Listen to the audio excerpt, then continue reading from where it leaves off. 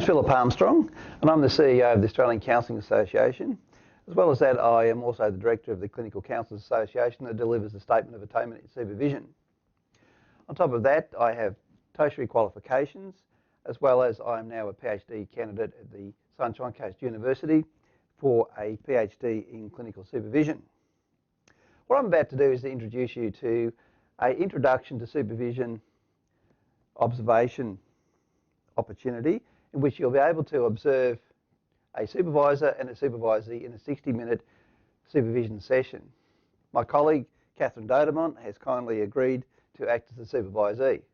I would like to stress that this is for training purposes only, and Catherine is an extremely highly qualified and experienced supervisor in her own right. Whilst I'm here, I'd also like to just introduce you to the textbook, The Practice of Clinical Supervision. The Practice of Clinical Supervision is a book in which I am a co-author and also the editor, and is used through several universities within Australia and within Asia. The textbook is primarily what we base a lot of our training on. So thank you for joining me today, and I hope you enjoy this session. Good morning, Catherine. How are you? Very well, Philip. Thank you for seeing me. That's all right. Okay, Catherine. Just so we know where we're at. So this is our second session. That's right.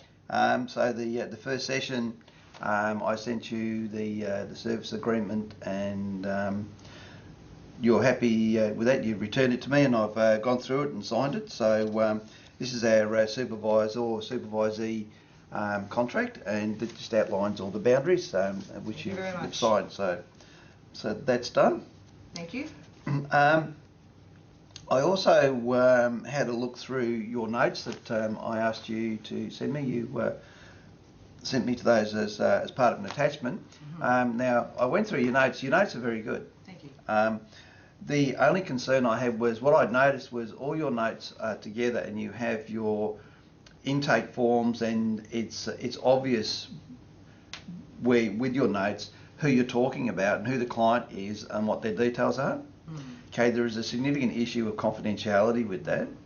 So what we do is we separate notes from any identifiable material, and what we have is we have two sets of notes, and for want of better words, we call one set admin notes and one set clinical notes. Mm-hmm.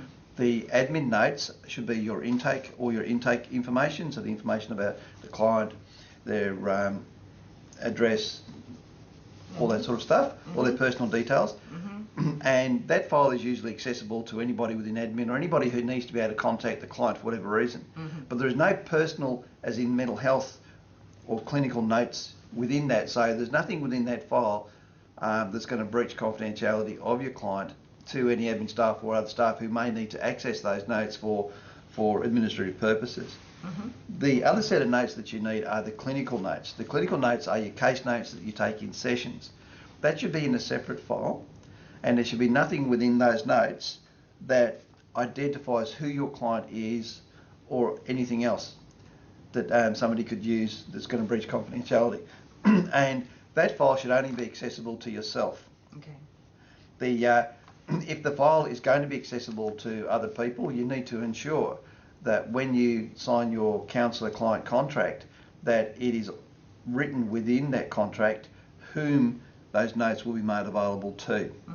So you might want to say the notes will be made available to your supervisor for supervision purposes, or if there's anybody else who may need to access those notes, that needs to be clearly stated within your counsellor-client contract, so that the client knows exactly who's going to have that information and who isn't. Right. One of the other reasons why we keep the two separate is, should for whatever reason somebody get their hands on the clinical notes, it's not going to mean anything. It's just going to be like reading a story, but it doesn't mean anything to them, so they can't use that information for any purposes, for the wrong purpose or the right purposes. And your client's confidentiality is kept, because the notes aren't going to mean anything. Well, they're not going to be able to determine who all this information is about, because you should never mention within the notes the name of your client, the name of his family, or any of the people he's talking about. You can use letters like C for client, or W for wife, or H for husband, or son, whatever. You can develop your own code And with that code, you can keep the code on the cover of the file too, so that should you ever need to, you can actually match up the clinical notes with the admin file. But it should be a code only you understand. Okay, now, back in the my days when I was in the service, we used to use what we call trigrams for codes. Okay. I'll send you a copy of a document I've got about that. It's a way that you can actually formulate your own codes without having to have any mystical or magical information or take any special training. But they're very simple codes, but they can't be broken by individuals unless they're employed by the government or whatever, which is, but so you can develop your own codes, so you can match your clinical files to the admin files, but you're the only one that will understand how to match them. And both the clinical files and your admin files should be kept in two separate areas where they're going to be secured. So it might be two different cabinets, but they shouldn't be kept in the same cabinet. They should be kept in two separate cabinets. Okay, that way you can ensure the complete confidentiality of at least the notes of the client. Right. Can that cabinet, or the separation of them, can the cabinets be in the same room but in different? Yeah, look, that's fine. The further apart they are, the better. But for practicality, particularly if you're working out of a room or whatever, obviously they're going to be in the same room but in different cabinets with different locks. Sure. Also, the other question with regards to the coding, is there anything like that on the ACA website? Unfortunately, not at the current time. Okay. There isn't any, but certainly we'll be looking at that for the future to help members be able to code their documents. Okay. Thanks for that. Okay. I also went through your counsellor-client contract that you asked me to go through and have a look at. And on that was also very good. You've got all the information of when you disclose for confidentiality and that sort of thing. The two things, one was obviously one we've just discussed. You're going to need to make a few changes and include that and it's up to you whether you are going to allow your supervisor, be me, to look at the notes. For the purpose of supervision, I would like to every now and then have a look at some notes to see they've been kept. So you need to declare that on it. The only other thing that I did pick up on the contract was I'm a bit concerned that you don't have any boundaries in regards to contact times. Yes, I found that it's a little bit difficult because I have some clients, for example, who email me after hours, and that was what I was going to check with you today. What do I do? Okay, well, the boundary primarily is where you have you can contact me by phone. You don't actually then include during what times. So even from a legal perspective, a client is well within their rights according to that contract to call you at 3 o'clock on a Sunday morning.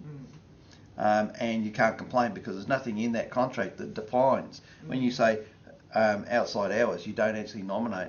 So you need to actually nominate what hours you are prepared to take calls from clients who need you, when and at what time. Personally, I don't take any calls over the weekend. What I do with my clients is I simply say, look, if it's an emergency or crisis, I give them an alternative to ring, and that it could be an alternative counsellor, or it could be an organisation like Lifeline, but give them some different choices. There's Lifeline, there's Men's Helpline, there's all sorts of helplines that they can ring depending on the nature of the issue. But it's really important that you have your own life as well as your professional life, and we do have to accept some responsibility for our clients, but obviously we're not their parents, and so we can't be contactable all the time, otherwise they're going to be starting to interfere with their own personal lives. So I won't be considered uncaring if I say, no, this is not the right time, ring me within these hours. No, definitely not. No, I mean, that is looking after your own professional well-being. Also, I can tell you when I first started in private practice, I didn't have that boundary, and I did have people calling me on weekends, and what ended up is ultimately ended up being a counselling session, and that was taking time away from my family, which obviously my family were not very happy about at all. But I was primarily giving away free counselling by being on the phone, And people were abusing that fact. My accessibility was being abused by certain clients.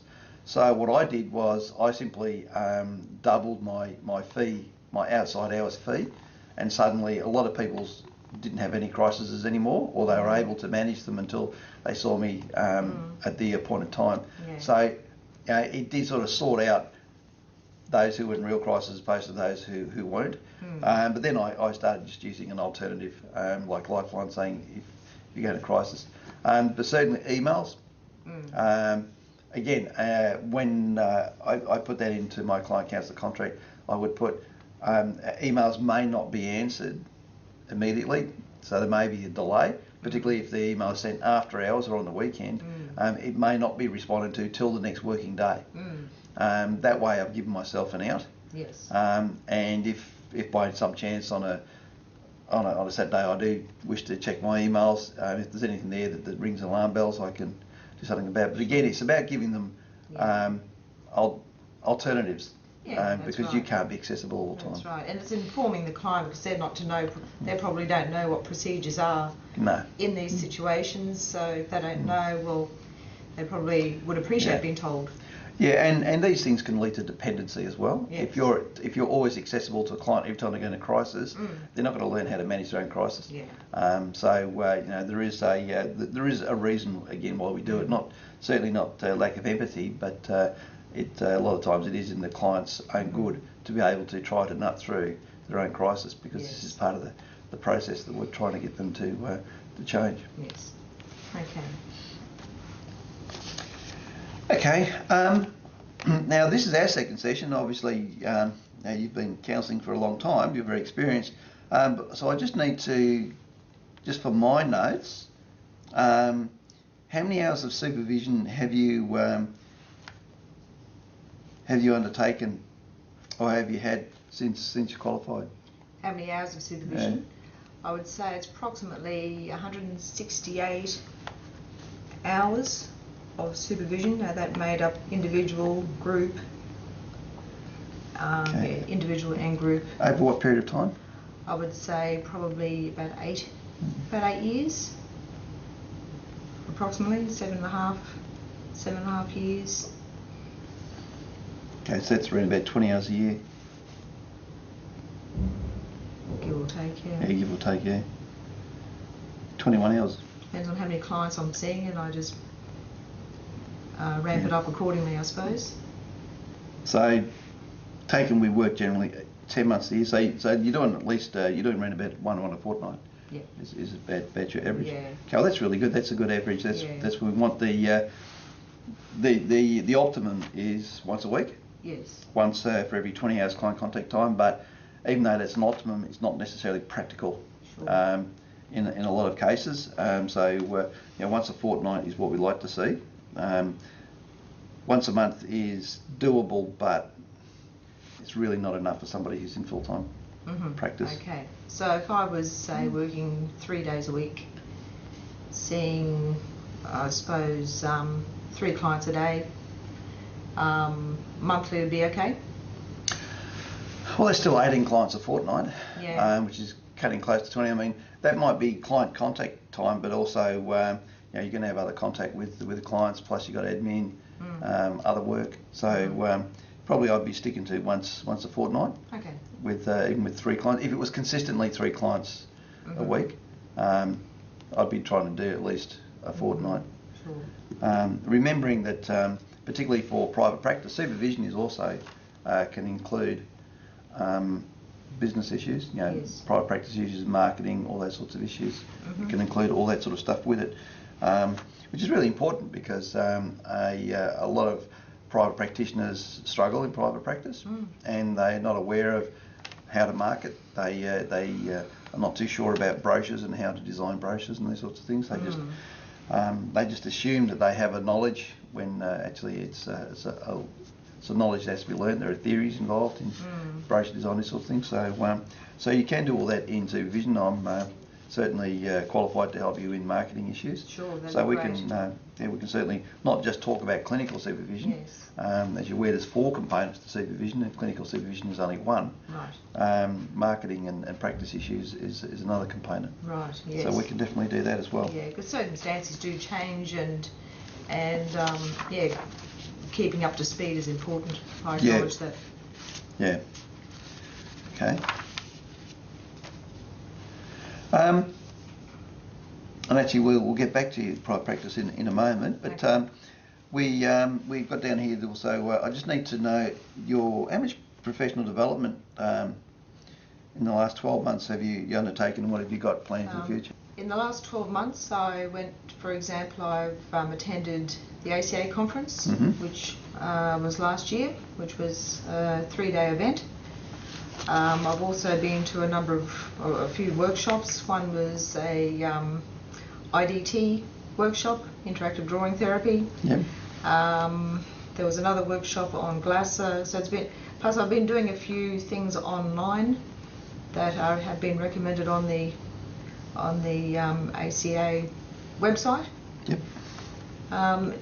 There's also coming up, so that's kept me fairly busy there. Coming up also, there's another conference coming up, so I'm planning to go to that as well. So I'm still working out and just sort of doing the budget, of course, as to and prioritising it. But I do intend to do more, and I can let you know that if that's all right. Yep. Yeah, look, that's great. Look, IDT and particularly Glasser, that's excellent. I'll actually be interested to see how you implement that within your counselling practice in supervision, particularly as time goes on and you become more comfortable with it, because Glasser is very good, and IDT is also pretty dynamic. So it'll be interesting to see how those influence your counselling practice. Certainly. Okay, so that's so you're certainly meeting your requirements of PD there, and I'm glad to see that you're actually undertaking a broad variety of types of professional development. What I do find as a supervisor is that there are counsellors who tend to get stuck within their own methodology, and will only do professional development within the area they work, and I think that's a shame, because counselling is such a broad issue, and it behoves counsellors to enable they're keeping up to date and up to scratch with what's happening outside of their immediate area. That's right. But also it can help them when it comes to job opportunities, further job opportunities, and advancement. Yeah. So yes, that's a broad frontage on there. Yeah, and I'm finding with the clients that I'm seeing, couples, individuals, for various things, I find it really useful to have a knowledge of these other ones there. I'm not saying that I'm an expert, but at least it gives me some more skills that I can add to my counsellor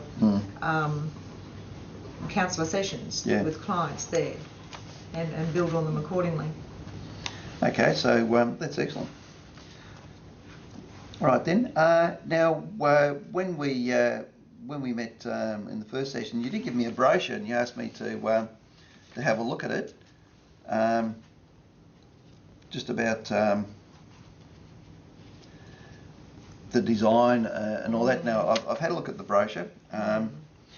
It's a very good brochure. It's been well designed, but what I did notice, particularly in the centre of the brochure, is that you have designed it primarily for women readers. Oh, right. The fact that it's very wordy. Yeah. The brochure's been designed to be very detailed. The genders both read differently and respond differently to different types of marketing, and that's in general. Obviously, there are always exceptions to the rule, but in general, women will read and look for detail. Men look for dot points. They just want to know what's there, what's in it, and bang and go. Get to the point. Yeah. Whereas your brochure is full of detail, and no, you haven't used dot points.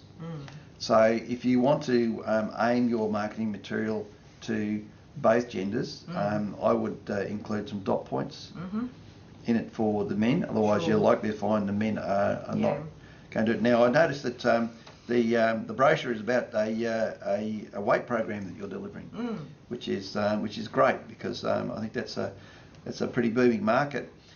And why it's relevant that you need some dot points in there is that a lot of the industry research that's particularly coming out of the States is that the big growth in the weight market is mature age males. Now this is a market that is new and people have not tapped into. The female market is pretty saturated with all the commercial types of providers who don't provide that good a product in a lot of cases because they don't include the psychological therapies within them. So I would be certainly aiming my marketing material to be attractive to male readers, because that is where the market is, and a lot of men are becoming very conscious of their weight and wanting to do something about it. So you need your marketing material to be attractive to them. Sure. Yeah. Okay, so if you can make those changes, but otherwise it's a great brochure, good colour and everything else. Yeah. Are there any questions about your brochure there? I was just going to say it's work in progress, and it had crossed my mind with those points that you made with regards to being gender appropriate with regards to reading them. So I was wondering also whether or not the colour of the brochure should be sort of fairly neutral to meet the needs of both parties, but I suppose it's... Well, they respond differently. If you have a look at the women's magazines and you have a look at the men's magazines, obviously the front covers are very different. Interestingly enough, what we do know is that women respond to pictures of healthy young women, which is a bit bizarre when you think about it. But that's why a lot of the magazines and the tabloids and a lot of marketers use pictures of healthy young women on the cover, because even though it might seem sort of counter, particularly to the message that we're trying to get of equality and we're trying to get people to accept everybody, we're all normal, we're all fine, that we shouldn't be looking at that sort of thing because it's not necessarily healthy. Unfortunately, that's what attracts people. So having the picture that you have on the front of the brochure of the young woman, that's fine, but that's not going to attract your male readers or your potential male market. So you're going to need to change that. One thing also, a lot of the male magazines do have pictures of buff young blokes on the front. However, having said that, a lot of those magazines are aimed at the younger males, not the mature age males. Right. A lot of the mature age males will not respond to that type of picture. So you may need to take that in consideration, because the identified new market in weight programs is mature age. Right. There's obviously the young ones are coming through too, but mature age are the ones who are becoming particularly more conscious as we live older, and people want to stay younger and have a healthier lifestyle.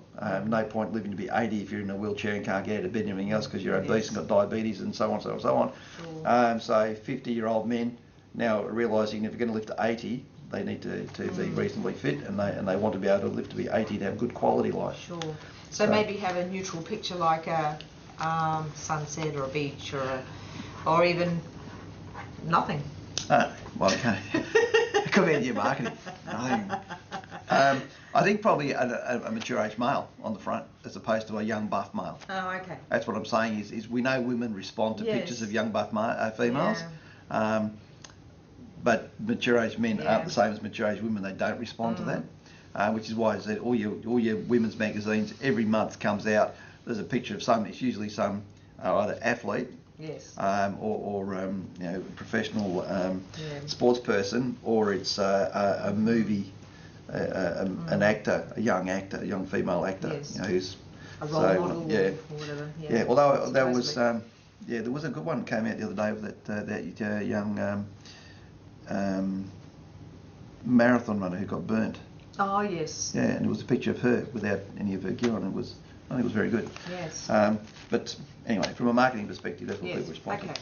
Thank you for that. Okay.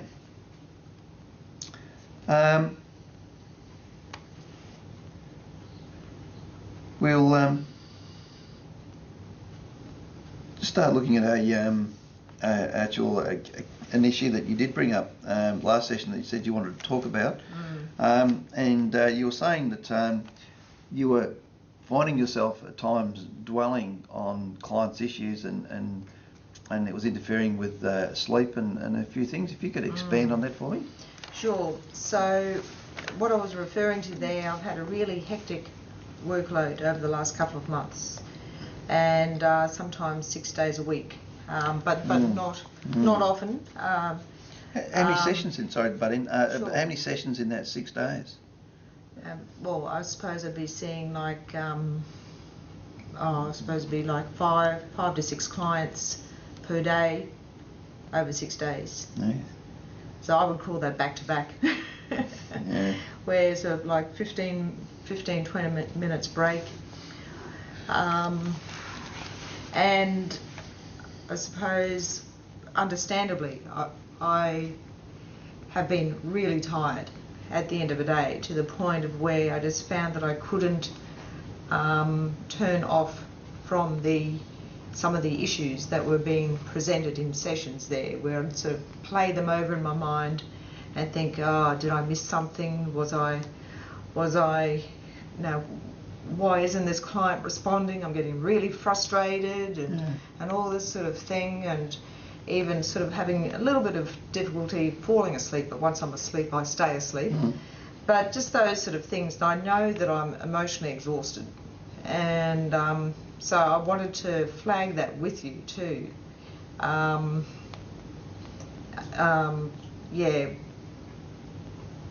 Am I burning out, basically? Yeah. Okay. Well. I mean, the good signs are the fact that you have the insight and the ability to self-reflect that this is becoming an issue. That's healthy. That's really healthy that you're actually able to self-reflect and identify that as an issue, which would indicate that you're not going into burnout yet, because one of the symptoms of burnout is an inability to self-reflect and to identify these sorts of issues. So that is a good start.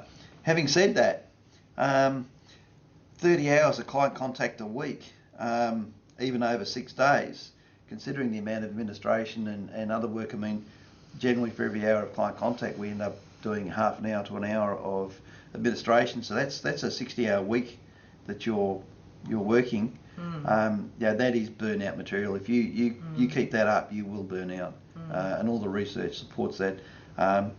The optimum is 20 client contact hours a week, primarily working a 4-day week with clients, and then taking 1 day off to do the administration and all that sort of stuff. That's if you're in private practice. But even full-time practitioners who are employed should only be doing around about 20 client contact hours a week. Time you put in their breaks in between sessions, their notes, lunch, and all that sort of stuff. You'll find that 20 client contact hours actually is a full week when you consider everything that comes with it. So if you're doing more than that, particularly consistently, the emotional load that you're carrying is quite significant. That's a lot of people's issues that you're hearing and trying to resolve without giving yourself any breaks. Particularly from a physical perspective, you're not looking after yourself physically. If you're working 60 hours a week, you're not going to be getting much exercise. You're probably not going to be eating well. No, rushed. Rushed, yeah. Indigestion, all those sort of things. And I'll just say the reason why I suppose I had this huge workload there too is I am going on holidays in a few weeks, so I thought I would try and see as many of the clients as I could before I go on the holiday, if you know what I mean.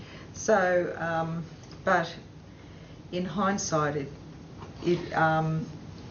it has been not a good idea at all. That's not a good practice, because the whole idea of a holiday is to be able to recharge. Yes. You're going to negate that by being so burnt out that when you go on holidays, you'll finish your holidays and you'll come back to work just as you're starting to feel refreshed from your holiday.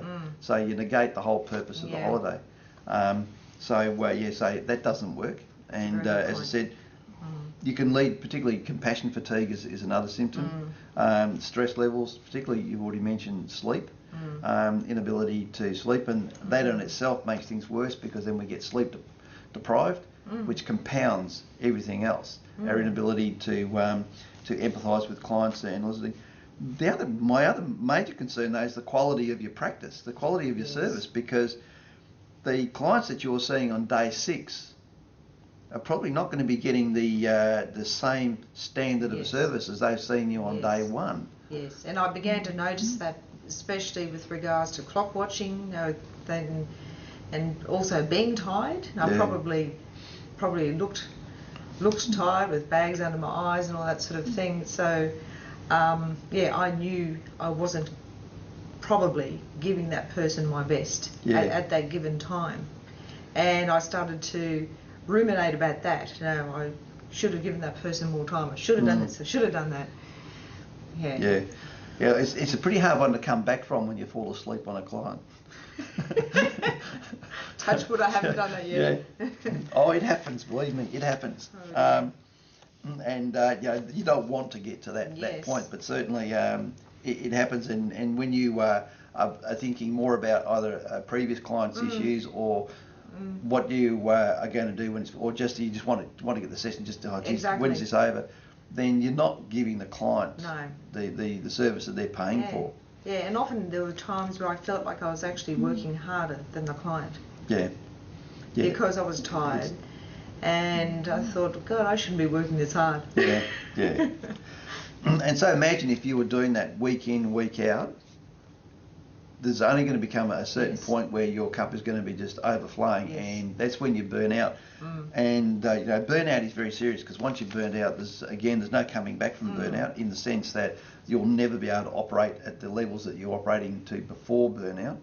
Burnout is quite significant, and it can mean up 12 months. I know people have had to take 2 years sabbatical before they've been recharged enough to be able to see clients, and even then they can only work at around about 50% of the capacity they were prior to the burnout, before they start suffering again symptoms of burnout.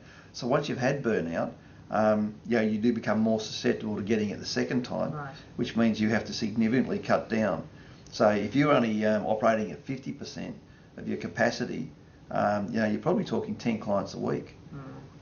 You know, particularly if you were your private practice was your only, you know, that's your income. To cut that by 50%, that can have a significant consequence on your ability to earn. Yes, yes. So so in hindsight, I'm a lot wiser though. Okay, so So what are you going to do about it? I know you're going on holidays. That's great. That'll recharge. But when you come back. Well, that's what I wanted to ask you as well. What are some options now? Could I maybe give some to another counsellor? Am I allowed to do that? Okay. Particularly as you're in private practice, what I would recommend is, obviously your marketing and the standard of the work that you're producing at your practice is attracting people. So you've obviously got a good name out there, and people are going to keep coming to you. Now, you don't want to start sending people away. That doesn't make sense. And you don't want to be giving your clients, you've done all this hard work, you've got years and years of experience of developing this practice, and you don't want to be giving that away to other people. So what I would suggest is you start looking at developing what we call passive income. How do we develop passive income? Is by getting counsellors, and you need to vet them to make sure that they're up to quality and standard that you would expect, and subcontract them. Okay. So what you do is you subcontract them to take up your overflow. Now, initially, that means from a financial perspective, your earnings will go down a little bit, because how much do you charge an hour? For a session, around about 85. Yeah, 85 an hour. So if you charge 85 an hour and you bring on a subcontractor, you may contract that client and give them just a flat rate of $50 per client, which means that you're going to be getting $35 per client instead of your normal rate of $85 per client. But the way you make that up is that right now you're at a saturation point, okay, and you can't take any more clients. But you're also in the potential of burning out. So you've reached your peak earning capacity as a private practitioner. To increase that capacity, you need to take the overflow. So what you're going to be able to do is, instead of turning clients away because you're at capacity, is you're going to be able to flow them onto your subcontractors. So once your subcontractors are working, and if they're working 30 hours a week, then actually you multiply that 35, you're actually earning a lot more than what you would have been if you'd been still only seeing the 30 a week. So that's why it's called passive income. So you're making money while not being there, not doing the work. You've done the initial work, you've built the platform from which to do the subcontractors from. But the beautiful thing about it is it means that you can go on holidays and your practice is still making money. Now the $50 that the subcontractor gets, that may seem low initially to you because you're used to earning $85, but right. how much of that $85 do you actually get to put in your pocket? Yeah. Okay, the time you pay your overheads for the practice, the room, upkeep, resources, electricity, everything else, well, the subcontractor doesn't have to pay anything. So they have no overheads. They also save a significant amount of money. They don't have to pay any money to marketing because you're doing all the marketing. So actually, their $50, pretty much bar the GST, goes in their pocket. So that is a very good rate for a subcontractor. So and sometimes you need to explain it to them that way because they go, but I'm used to getting $100 now. Exactly. It's like, well, actually, for a start, how many clients do you see a week? So you might see one client a week of $100. Well, I can give you 6 clients a week at $50. We've increased your income several hundred percentage straight off the cuff. Yes. But also, of that $100 you put in your pocket, how much goes into electricity, marketing, blah blah blah. So it saves a considerable amount of money. Yeah. So that's what I suggest you do with the overflow, as opposed to burning yourself out. Is to take on some subcontractors. That's a great idea. And I suppose there are those situations too, but where the client will say, but I don't want to see them, I want to see you, which has happened a number of times. I want to see you, you're the one I want to see. So I suppose you just have to juggle that. That is only going to happen with the clients who've already seen you. Yeah. The people who are ringing up and responding to your marketing are simply responding to the marketing and want to see a counsellor. Right. That's why when we first go into private practice, we should always ensure that we don't call the practice after our own name. Okay. Because if you do that, when you get to saturation point and you want to send people to, so I know, but it's Armstrong Counselling Services. I want to see Armstrong. He's the man. It's his. Well, then what I've done is I've just put an obstacle up between myself and been able to expand my business because I've built it around myself. Yes. And that's one of the traps to private practice, is that your earning capacity is only as good as you are capable of working. When you're not working, there is no money coming in.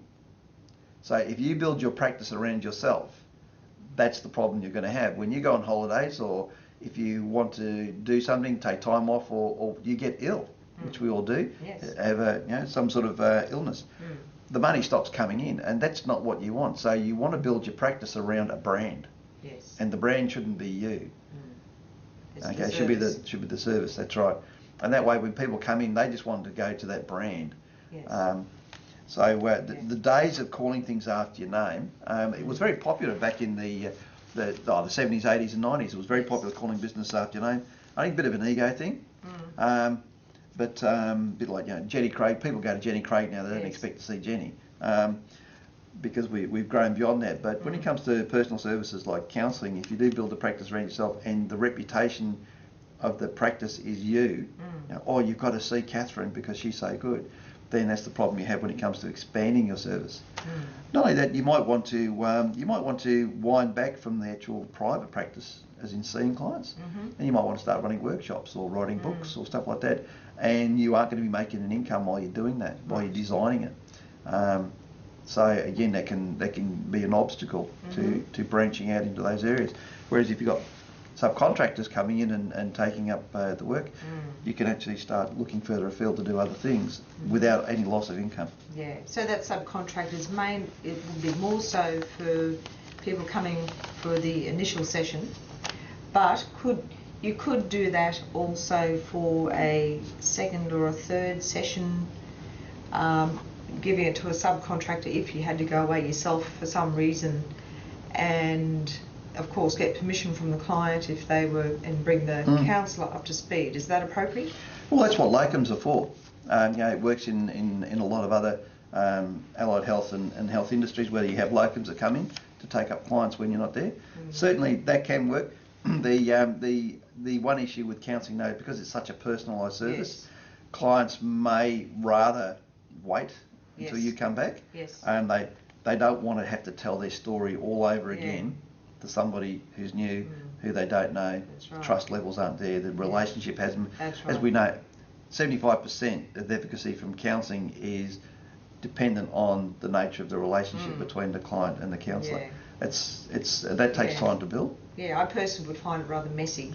Yeah. And disjointed, and makes the process disjointed. So I probably, thinking about it, wouldn't do that unless it was a dire emergency, if you know what I mean. Yeah.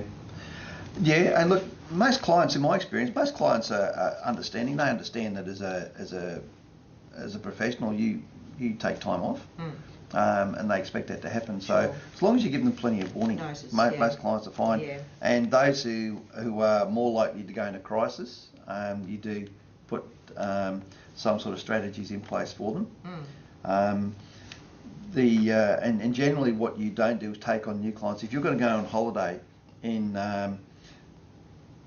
2 or 3 weeks' time, you really shouldn't be taking on new clients during that 2 or 3. So you'd be giving them all to your subcontractors or your locum, because it's not going to be fair. They see you twice and you've just opened the box, and all those emotions come pouring out, and That's suddenly right. you're saying, "Bye, I won't see you for 4 weeks." Yeah. That's not fair. No.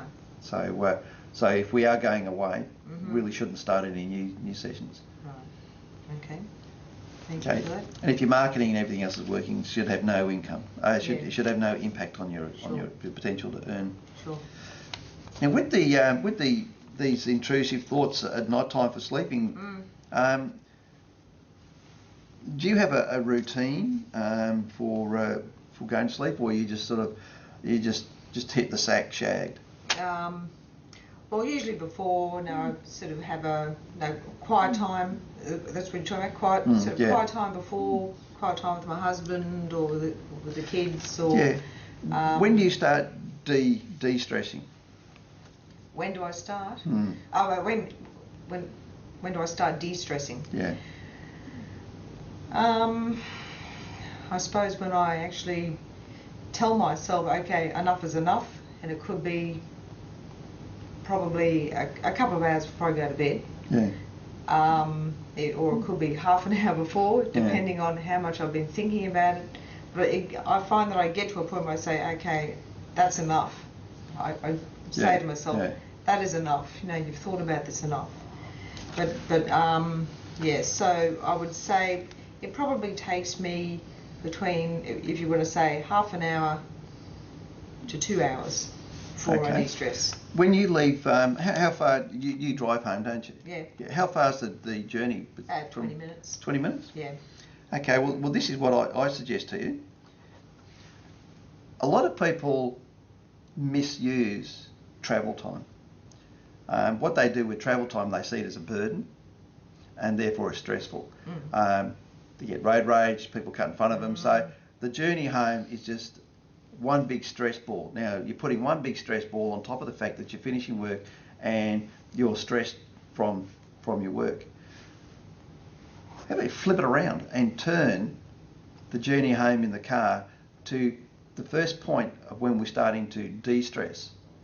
Okay, so when we walk in the door at home, we're not cranky, we're not tired, whatever. We've actually gone through a de-stressing process, and the way you do that is by winding up all the windows in the car. Don't travel with the windows down.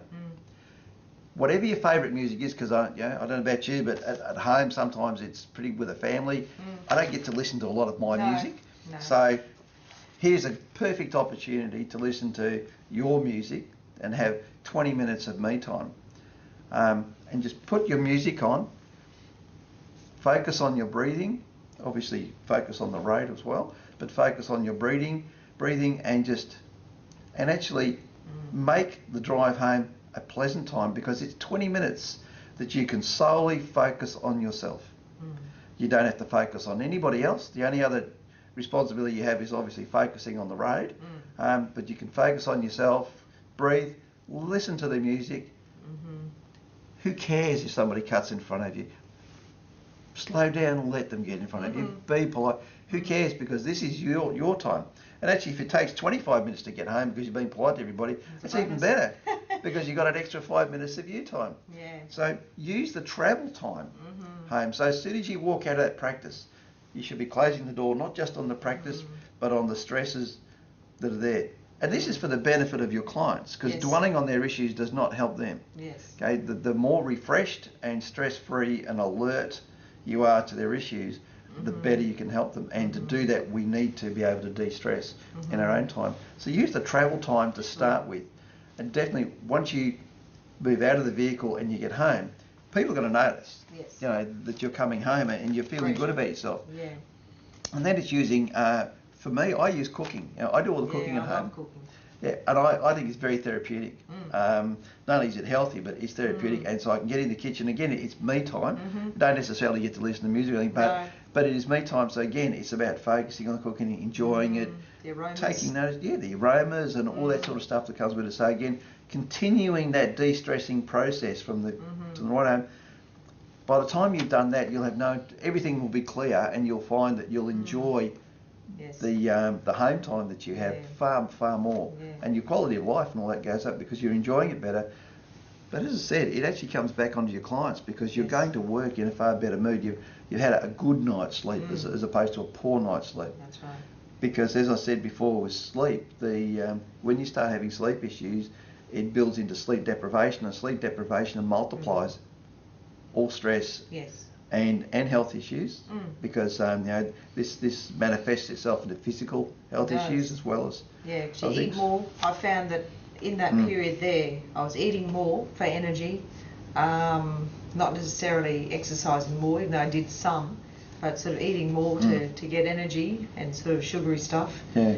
So it becomes a vicious circle, and I was aware of that. And and just incidentally on the de-stressing with music, ironically, I actually use that strategy when I've had a good session. Yeah. Oh, there you go. Yeah. Where I'll get into the car and it'll be sort of like a high five, yes, and I'll crank up the music when I've had a good session, and have it playing on the way home. But I need to use it for the bad sessions, or for the not so good sessions as well. And as I said, it's a missed opportunity when people don't use being in the car as a good place as opposed to a bad place.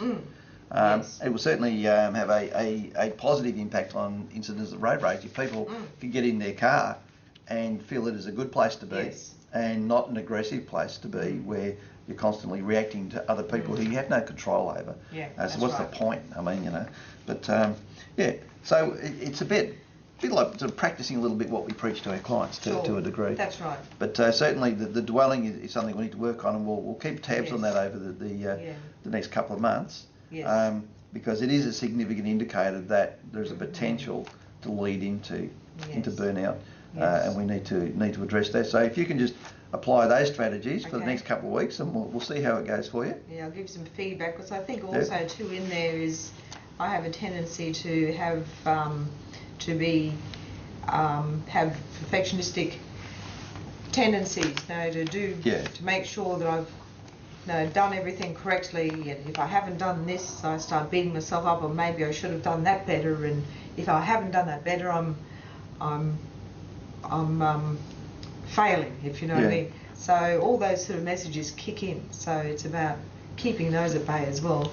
The responsibility of having somebody's mental health in your hands is extreme. I mean, there's not too many jobs where you have that sort of responsibility of maintaining or helping somebody to help maintain their own mental health, particularly if they're getting to the crisis point.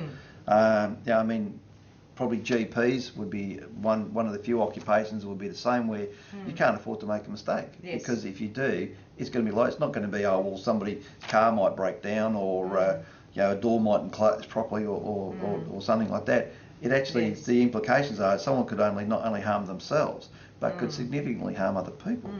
There's a lot of stress and pressure under that, and so I think being a perfectionist is probably part and parcel of what makes good counsellors good counsellors. But we have to put it into perspective. That we can't carry that responsibility. We can't be responsible for our clients. Our responsibility is to help them be responsible for themselves, and to implement change.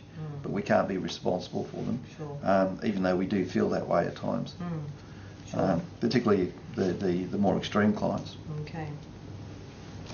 Hey, Catherine, is there any other issues that you wanted to bring Do we have time to We've do got that a couple of minutes if you've got another issue.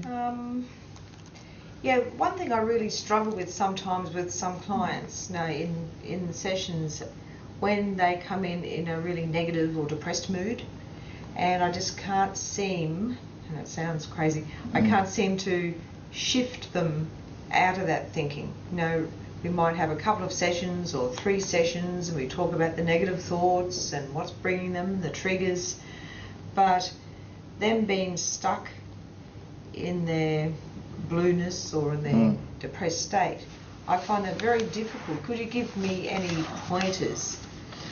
Do I just sit with them in there, or should I be more active in helping them to move forward? You can only move somebody forward who wants to move forward. You can't force anybody to move forward. And so then it's about working with them until they're ready to move forward, and then using what leverage you've been able to develop through developing the relationship with them, to use leverage to then help them to move forward. But unless they want to move forward, they can't move forward. But we have to focus on the positive. Mindfulness is very good. If you read up on mindfulness, about focusing on that, focusing on the positive, the fact that they're there sitting across the table from you is a really big positive, and that is something you can focus on. The move to get out of bed, to have a shower, to get dressed, to get in their car, to drive all the way to see you, and now to be sitting in front of you, that is big. That is something that can be focused on about. There is movement. Not focusing on there is a lack of movement or there is no movement, because there has been. The fact they walked in the door indicates and reflects there is movement. That can be focused on, and that can be used as leverage. That is really great. Build them up, make them feel positive, make them aware that they've actually done all this by themselves and that they are capable. They have demonstrated that they are capable of moving beyond the bed, which is where a lot of people who are deeply depressed get stuck, is in the bed. Once they're out of bed, that in itself is movement forward. So if they're coming to see you, you are succeeding. You are helping them with their depression, because they're going through all that, which is very hard for them, very difficult for them to be able to motivate themselves to do all that to get to see you. So I wouldn't be looking at that as a lack of movement.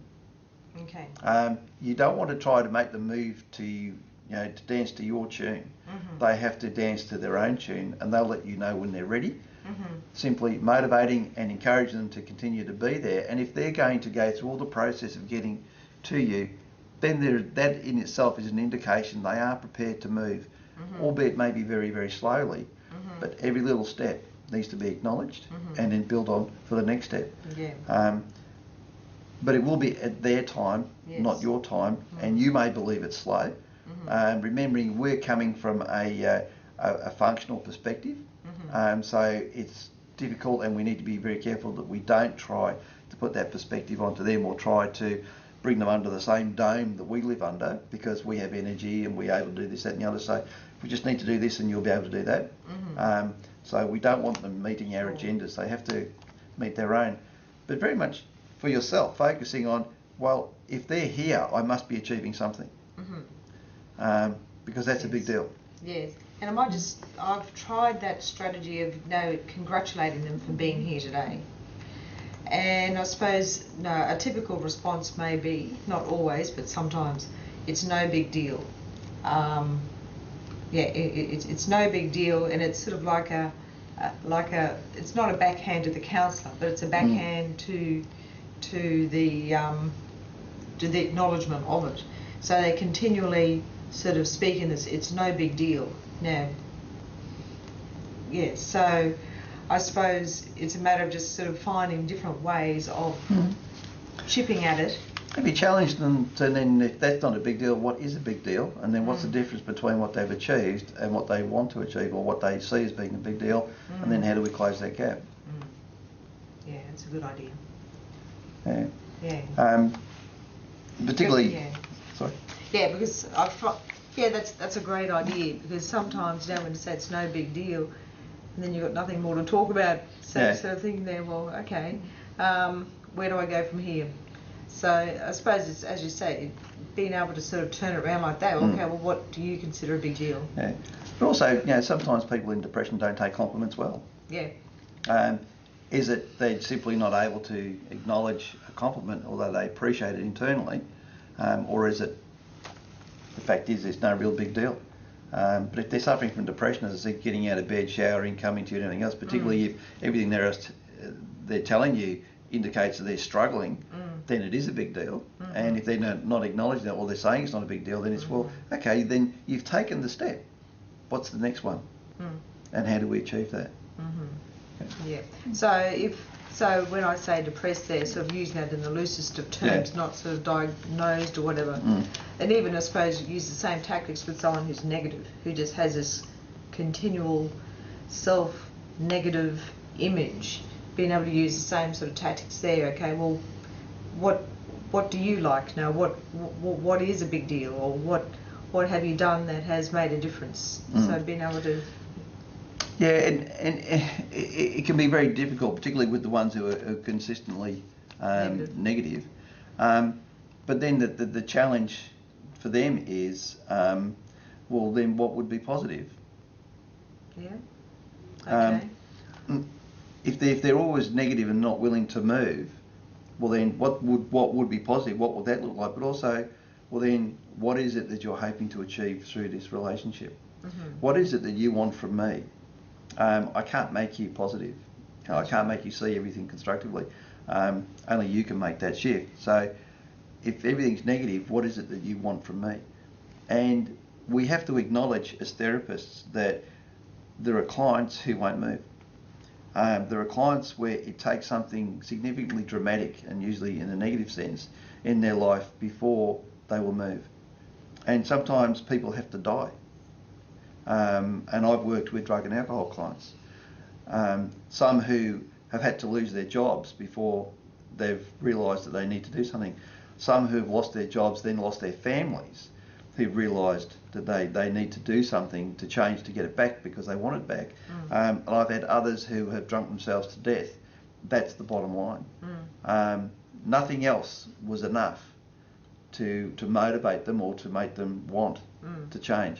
The alcohol was more important than losing the house, losing the family, losing the job, becoming homeless, than everything else. None of that was extreme enough for them to give up the drinking. Yeah. And unfortunately, there are people like that, and we get them in our counselling rooms, and sometimes just the acknowledgement, okay, let's just acknowledge this is where you're at, and you're not going to shift. But if you keep coming to, if this is meeting a need, let's just identify what the need is, and maybe sometime down the track, you'll be there when they're ready to take the next step if it happens. Sure. And that'll be the benefit. Yeah, so that would then mean, or you would then discuss now whether or not they want to continue with sessions or come back at another time if they want to. And there's nothing unethical about seeing a client who's simply there for a chat if that is the agreement between you and the client. It is on the table. It is okay, well, we're really not getting anywhere, and I'm struggling to help you. I could give you a referral to someone else. No, maybe. And say, well, all we're doing is chatting. You're not really doing anything. Say, well, look, I'm happy doing that. Say, well, then let's call it for what it is. I personally would much prefer to refer you and for you to move on. But if this is actually meeting a need, then that's fine, as long as we both recognise that. And if you're comfortable with that and they're comfortable with that, well, then that's what it is. And hopefully, again, you're going to be there to catch them when that something happens that changes the dynamics of the relationship. Yeah. Okay, that's been really helpful. Thanks. Okay. That is something I have encountered a number of times. Yeah. That is one of the things that I might go home ruminating about. What haven't I done? What have I missed? Why can't I shift this client? Instead, you'll put the music on the radio and you'll sit in the car and go, oh, this is great. Yeah, I'll give them some of the music. Yeah. Okay, Catherine. Yeah. So is that okay? That's great. Thank you. It's been a big help. Okay. Well, then we'll just book in the next session for this time in a fortnight. Okay. The same day. Yeah. So thereafter, I'll be going away for a couple of weeks. Do you need to know that date? Yeah. Yeah. Well, you can just let me know the next session. Sure. No problem. How long you'll be away. Okay. And in the meantime, you can start thinking about what you're going to do with your clients. Great. I'll keep you posted. And put into place the driving home, and just have thinking about some things we've discussed today. Yes, thank you very much. It's been great help. Okay. Thanks, Catherine. Thanks, Philip. Bye. Thank you very much for watching that training session of a supervision session. I'd like to also thank Catherine for acting as my supervisor for that session. If you want further information on supervision, please do go to the ACA website, www.aca.asn.au,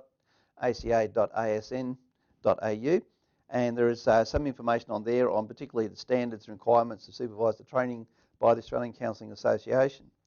If you want further information on training in supervision to become a supervisor, please do contact ACA. There are several approved ACA courses. Obviously, my course from the Clinical Counselling Centre is one, but there are certainly many other courses that you may wish to have a look at to undertake some training in supervision or to become a supervisor. Also, obviously, you may wish to purchase my book, The Practice of Clinical Supervision, which is a compilation by a lot of different supervisors from different disciplines on supervision from their perspective. Thank you very much for watching this demonstration, and I hope to see you again.